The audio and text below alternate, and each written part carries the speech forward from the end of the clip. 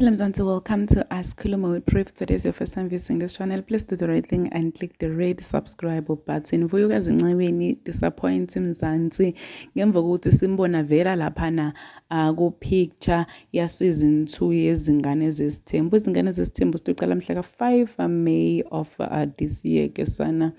And siyambona Vuyokazi guys ukuthi ukhona ngemva kokuthi kudume ukuthi Vuyokazi and Mpumelelo are no longer in a relationship ke sana. And Mzansi was so excited ukuthi finally girl you deserve better, and some were saying ukuthi girl will go back to Mpumelelo.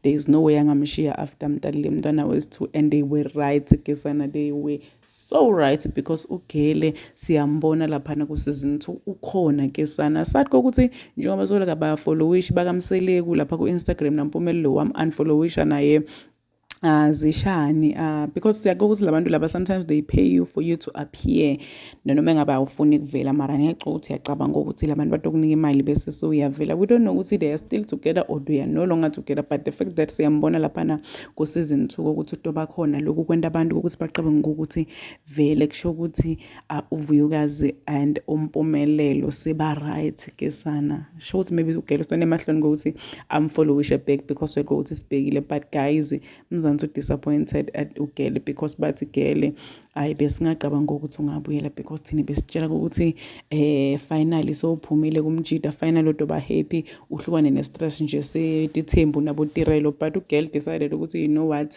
forever yena. Please subscribe, share this video, comment your thoughts down in the comment section. Don't forget to hit the notification bell so that you can be notified whenever I upload a new video. This is the end of my video. I am signing out. Goodbye.